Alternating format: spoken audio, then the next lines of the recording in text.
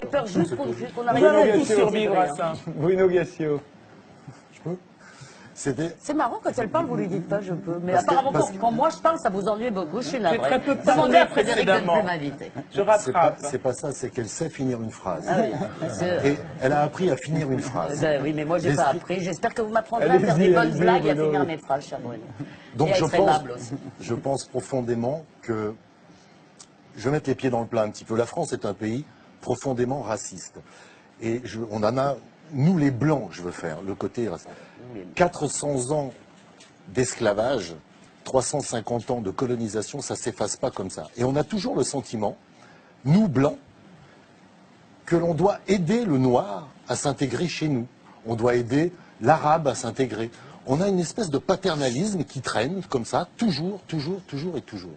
Je vais vous raconter une histoire d'un ami à moi que je ne citerai pas parce qu'il ne m'a pas autorisé à le faire et qui ne sait même pas que je veux parler de lui, qui est chirurgien. C'est un très grand chirurgien.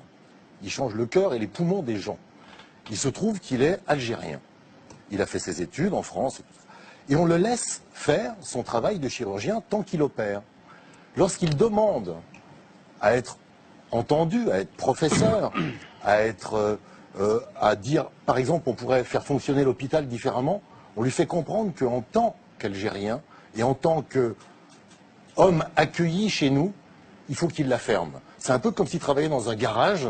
On lui dit, tu sais réparer les bagnoles, mais tu dirigeras jamais le garage. Et la France en est encore là. Et je crois que vous avez tout à fait raison. La colonisation, ce qu'on a fait à l'Afrique, à un moment, ça nous revient dans le pif. Parce que là-bas, il y a une telle misère. On a créé une telle misère, de tels déséquilibres, que les flux migratoires viennent chez nous. Ils viennent vers nous. Et nous, on se dit encore, quand ils arrivent, oh, ben, on va vous expliquer comment il faut faire, les gars. Si on leur foutait la paix, déjà, chez eux, on les laisserait faire avec leur culture. Et quand ils arrivent avec leur culture, c'est pas à eux de s'adapter à 100%. On doit aussi s'adapter un peu. On s'est adapté à la musique, on s'est adapté à la bouffe. On peut aussi sans doute s'adapter à d'autres trucs. On peut s'adapter à d'autres trucs. Chaque matin, le docteur Reda Swilamas se rend à l'hôpital Georges Pompidou. Mais ce spécialiste de la greffe pulmonaire, reconnu internationalement, a décidé de jeter l'éponge. Après plus de 20 ans au service des malades, sa carrière en France est bloquée. J'ai cherché, j'ai questionné, j'ai regardé, je n'ai commis aucune faute. Ce qu'on peut me reprocher aujourd'hui, dire « Ah mais il ne travaille pas assez », c'est parce qu'on m'empêche de travailler et qu'on m'a placardisé. Arrivé d'Algérie en 1989, muni d'un doctorat de médecine, Reda Swilamas mène un parcours exemplaire. Il se forme en chirurgie thoracique, gravit les échelons. Un hôpital privé le sollicite, mais il choisit l'hôpital public.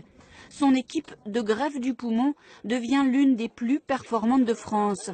Auteur d'une thèse et de multiples publications scientifiques, il réalise en 2010 une première mondiale en testant cette couveuse à organes. Mais l'ascension s'interrompt curieusement.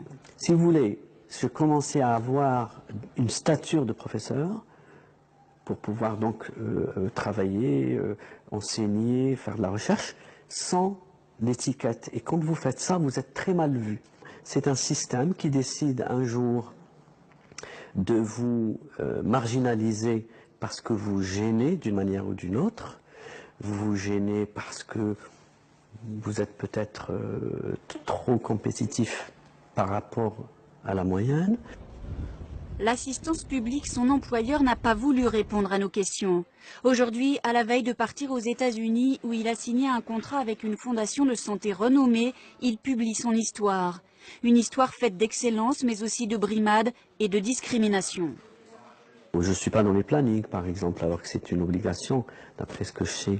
J'ai demandé à réintégrer ma place dans la chirurgie pulmonaire, on me l'a refusé. Je voulais reprendre cette fameuse chirurgie ambulatoire qui faisait venir beaucoup de malades, ça nous faisait beaucoup de publicité, ça marchait très bien.